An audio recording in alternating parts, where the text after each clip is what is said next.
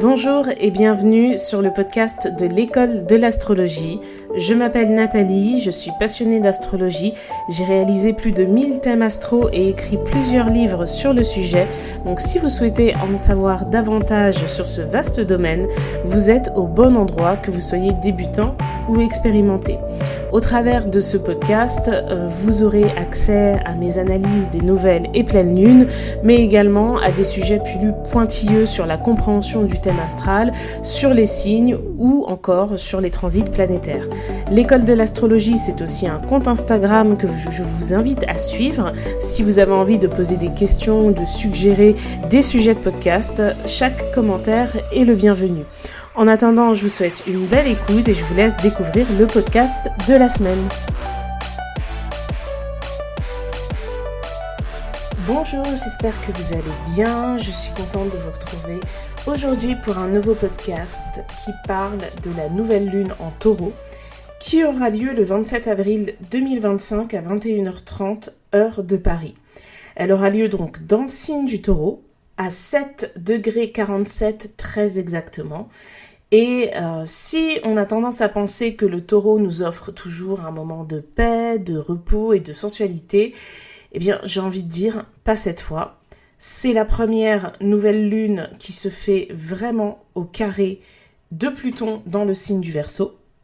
Pourquoi je vous dis ça ? Parce que l'année dernière, en mai 2024, quand il y a eu la nouvelle lune en taureau, Pluton était déjà dans le signe du Verseau, mais cette nouvelle lune, elle avait eu lieu vers le degré 18 du signe du taureau, et Pluton, lui, il était à 2 degrés, donc il n'y avait pas vraiment de dissonance, tandis que là, c'est une belle dissonance, malheureusement pour nous, qui se manifeste au moment de cette nouvelle lune. Et en plus, Pluton, il est opposé à Mars dans le signe du Lion. Donc cette nouvelle lune, c'est un appel à tenir bon dans la tempête. Elle se passe dans un signe de terre fixe qui est ancré, qui est corporel. Le taureau nous parle du rapport au corps, du rapport à la matière, à l'argent, également au rythme biologique et à la sécurité intérieure. C'est un signe qui cherche vraiment à construire lentement, mais sûrement. Et pourtant, au même moment où cette lune nous invite à ralentir, on a le ciel entier qui semble s'être donné pour mission de nous électriser quelque part les nerfs, et d'ailleurs tout ce qui est relié aux nerfs, à la nervosité, au stress aussi, c'est quelque chose de très Verseau. Et on a toujours Uranus qui est dans le signe du taureau, même s'il n'y a pas de conjonction avec la nouvelle lune, et on a Pluton qui est en Verseau, en dissonance avec cette nouvelle lune. Donc c'est une nouvelle lune qui est sous tension, avec Mars et Pluton qui sont en opposition et qui sont tous les deux au carré de la nouvelle lune. Il y a cette guerre du moi, en fait. Le premier point de friction pour moi, c'est ça. C'est le carré de la nouvelle lune à Mars en Lion. Mars, c'est le guerrier, c'est la pulsion de vie, c'est l'action. Et en Lion, il devient flamboyant. Surtout que il a déjà été en Lion l'année dernière, jusqu'au 6 janvier.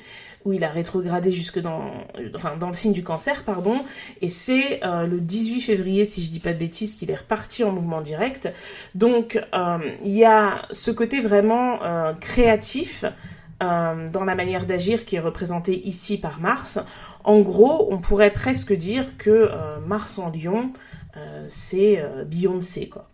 Et quand je dis ça en souriant, mais pas totalement, parce que d'ailleurs, il faut savoir que Beyoncé a effectivement Mars dans le signe du Lion, dans son thème.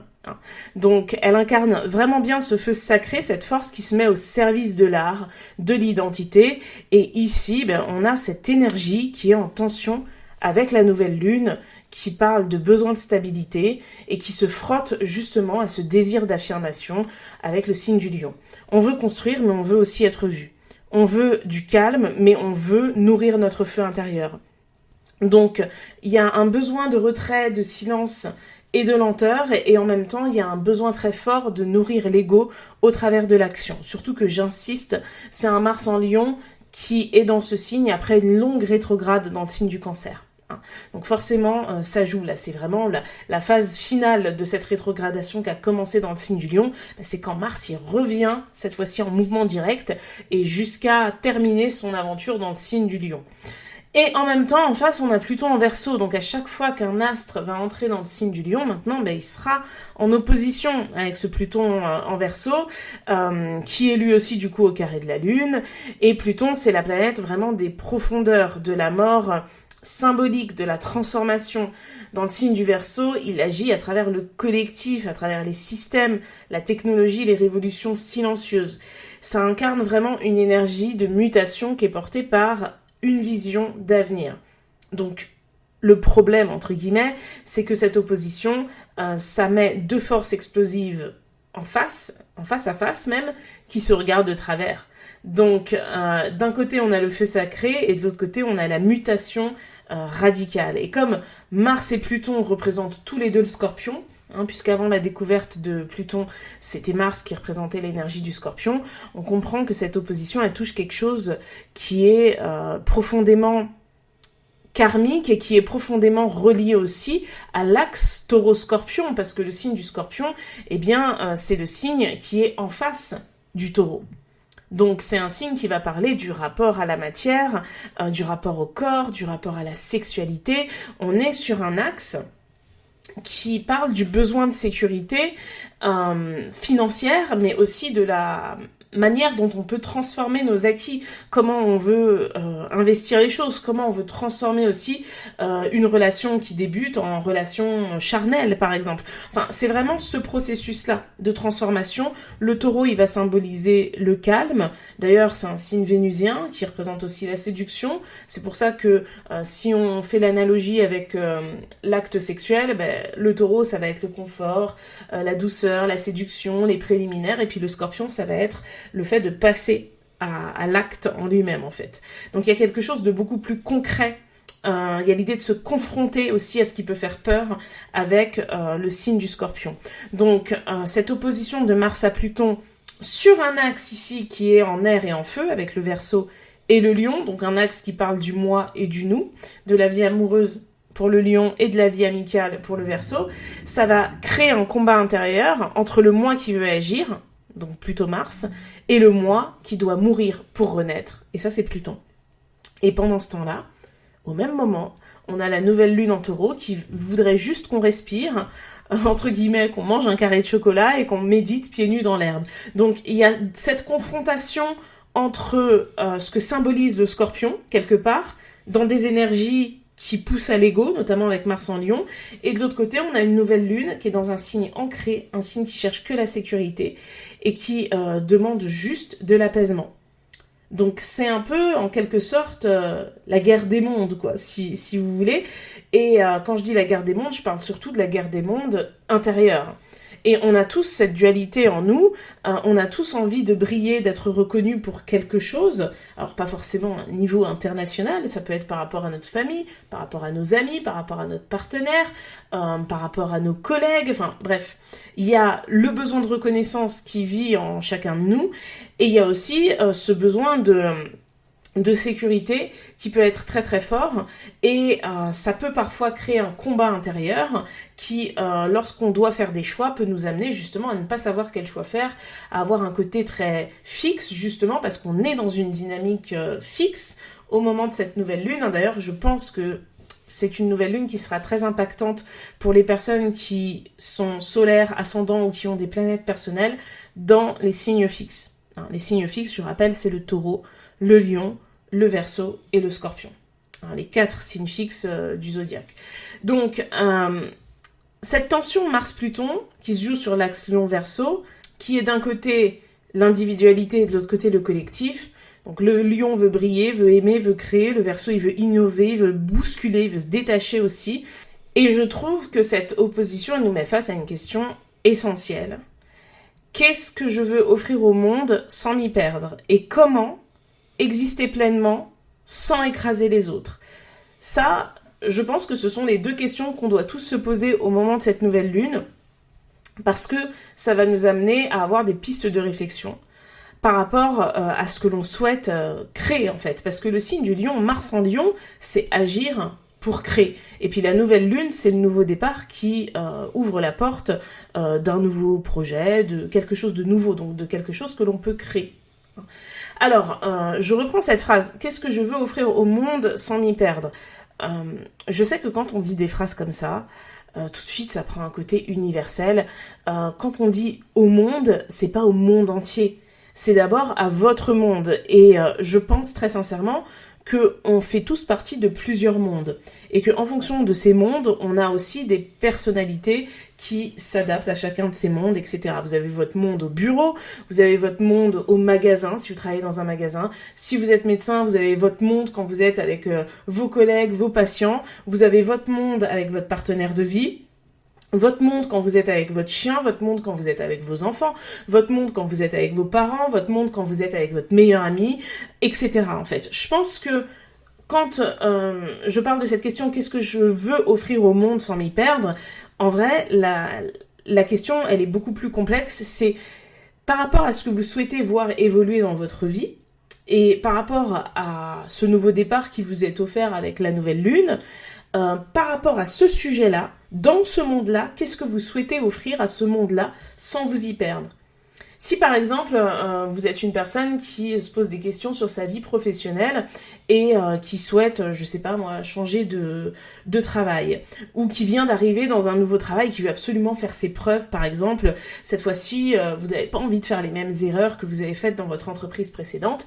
Et donc là, il y a cette question, comment exister pleinement sans écraser les autres?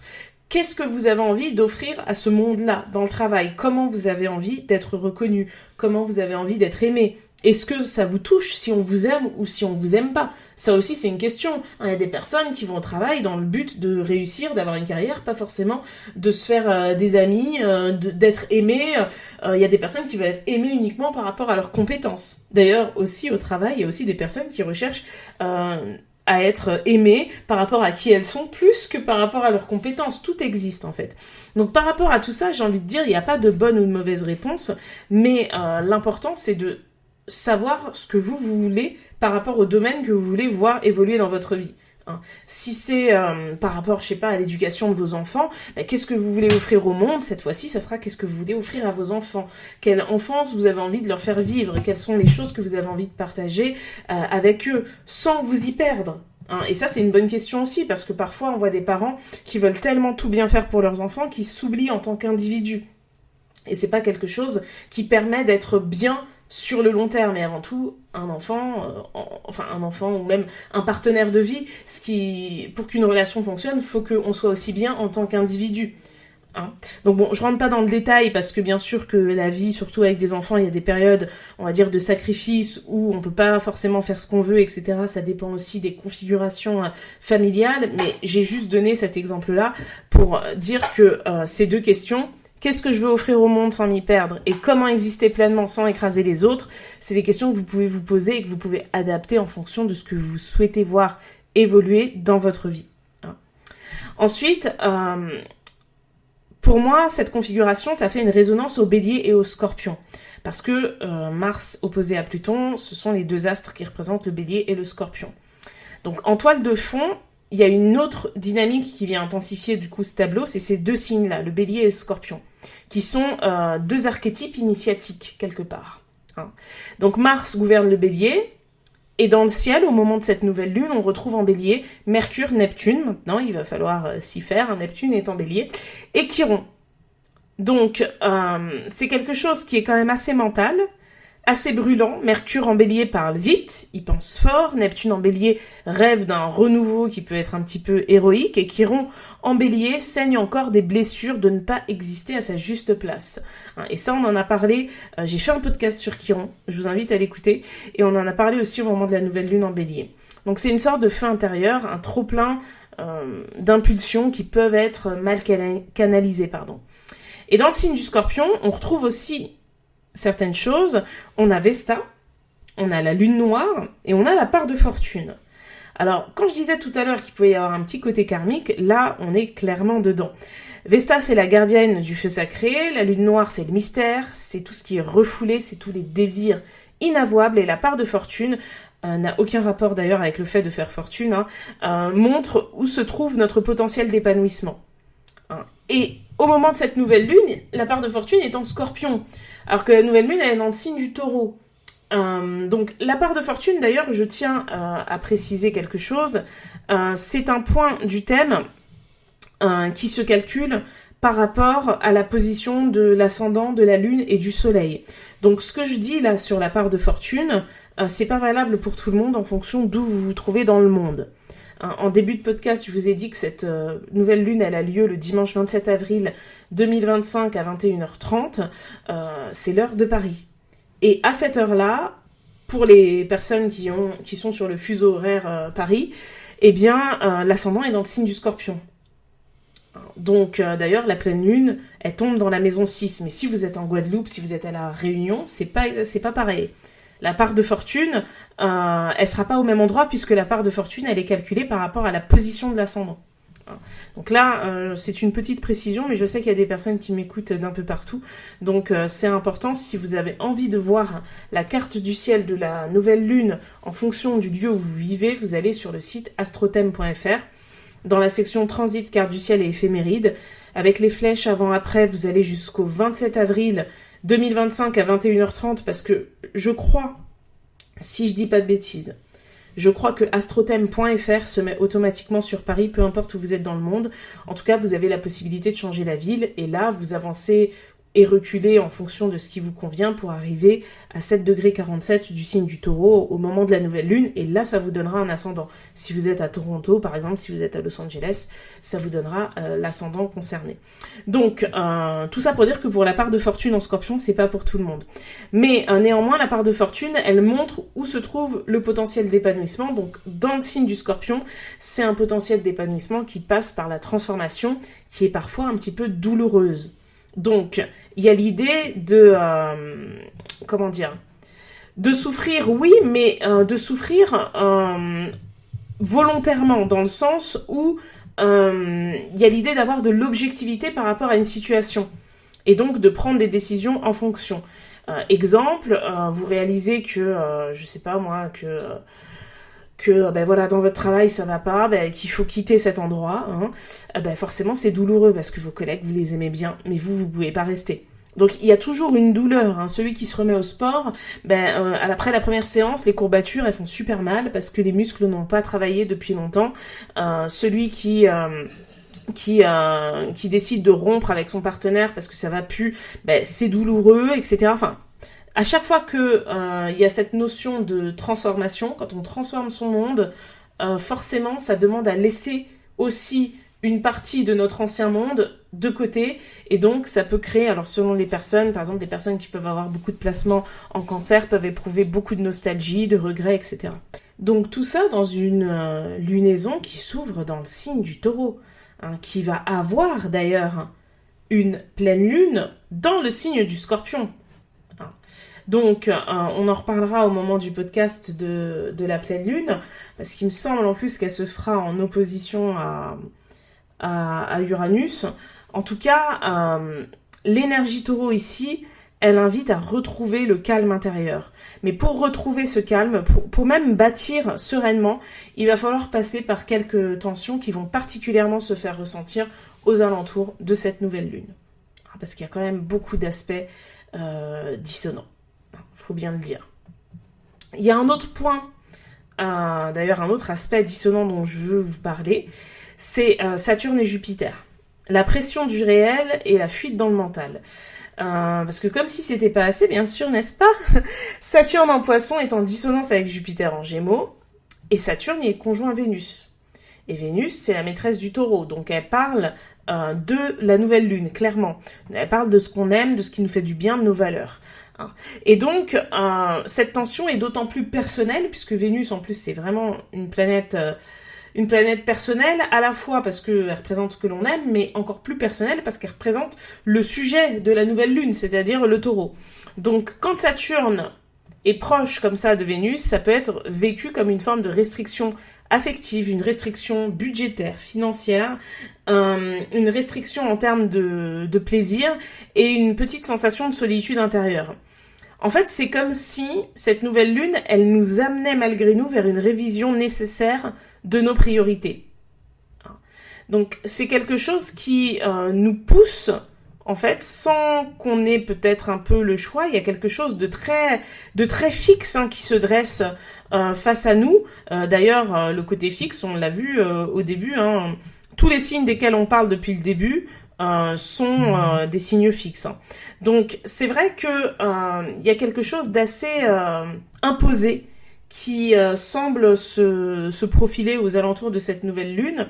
Et c'est comme si essayer d'y échapper, essayer d'échapper à la vérité, essayer d'échapper à quelque chose de rationnel, ne pas vouloir voir les choses, etc., ça allait être quelque chose qui allait non seulement déjà nous bloquer, mais en plus nous isoler. Et je pense pas que c'est une bonne période pour s'isoler, justement. Et en face, non, pas en face, parce que les poissons sont au carré du signe des Gémeaux. Jupiter en Gémeaux, il s'éparpille, lui, il pense un peu trop, il veut tout comprendre, c'est un peu le syndrome du scroll infini sur Instagram, il y a l'idée de chercher la vérité mais de trouver que du bruit et de continuer à s'abrutir tant qu'on n'a pas trouvé les réponses aux questions qu'on veut, etc. Et cette forme de curiosité excessive, ici Jupiter, il commence vraiment à avoir une dissonance forte avec Saturne, sachant que Saturne s'apprête à quitter le signe des poissons. Et il va quitter le signe des poissons pendant cette lunaison taureau, ça se fera le 25 mai. C'est le 25 mai que Saturne entre dans le signe du bélier. La nouvelle lune, je crois qu'elle a lieu le 26 mai.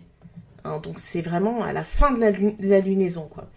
Donc en conclusion, ce que je dirais sur cette nouvelle lune en taureau, comment la vivre sans imploser. Moi je dirais qu'il faut vraiment accepter que l'on ne contrôle pas tout. Quelque part, le ciel astral, il nous montre que c'est un cycle pour réévaluer nos désirs, notre rapport à l'argent, notre rapport au corps, à l'alimentation aussi, à l'amour et à notre place dans le monde. En tout cas, la place que l'on souhaite avoir dans le monde. Et rappelez-vous, quand je dis le monde, c'est tous les mondes auxquels on appartient. Surtout en fonction d'où tombe la nouvelle lune dans votre thème. Si elle tombe dans la maison 2, dans la maison 6, etc. Ensuite, je pense qu'il y a une invitation claire à revenir au corps et à s'ancrer.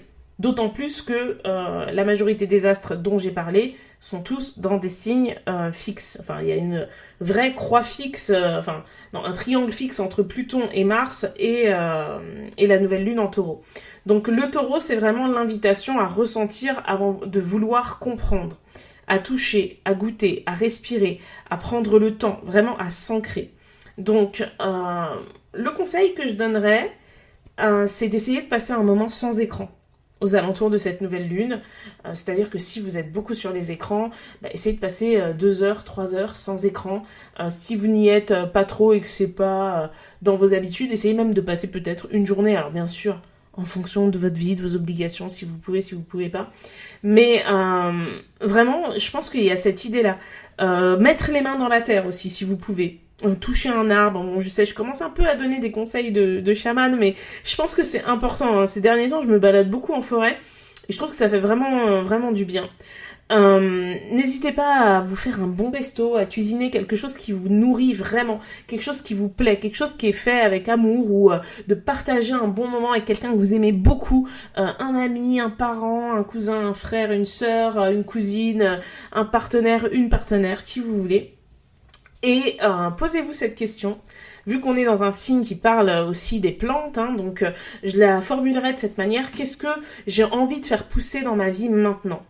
Pas pour paraître, pas pour plaire, mais pour durer. Et vraiment, je pense que ça va être une belle lunaison, mais elle va commencer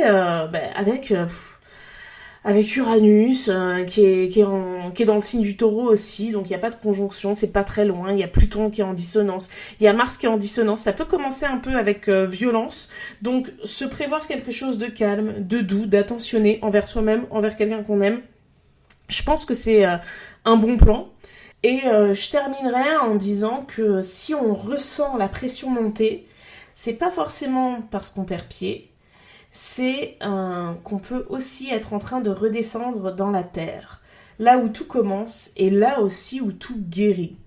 Parce qu'il y a quelque chose avec Chiron en bélier, la dissonance à Mars, ça peut réveiller une blessure personnelle, une blessure intérieure, et je pense que dans cette lunaison du milieu du printemps, qui est une saison qui est quand même tempérée, qui invite à réévaluer les choses, alors d'une manière assez active pendant la saison du Bélier, mais d'une manière plus douce, plus calme, plus mesurée, où on prend quand même assez conscience des réalités. En Taureau, on n'est pas dans le déni, on n'est pas dans les espoirs, on est connecté à quelque chose de concret. C'est vraiment l'ancrage. Il y aura beaucoup plus de légèreté avec la nouvelle lune en Gémeaux qui aura lieu fin mai. Mais là, je trouve que c'est un bon moment, oui, pour s'ancrer et pour vraiment chercher à se positionner dans le rôle que l'on souhaite avoir et ce rôle qui nous donnera ce sentiment de sécurité. Je trouve que c'est le cœur de cette nouvelle lune, bien que la nouvelle lune en elle-même ait des aspects quand même assez explosifs. Donc voilà, j'ai terminé ce podcast. J'espère qu'il vous a plu. N'hésitez pas à poser vos questions en commentaire. J'essaye de plus en plus de répondre à tout le monde dans les commentaires. Donc je vous souhaite d'avance une excellente nouvelle lune en Taureau et moi je vous dis à bientôt pour un prochain podcast.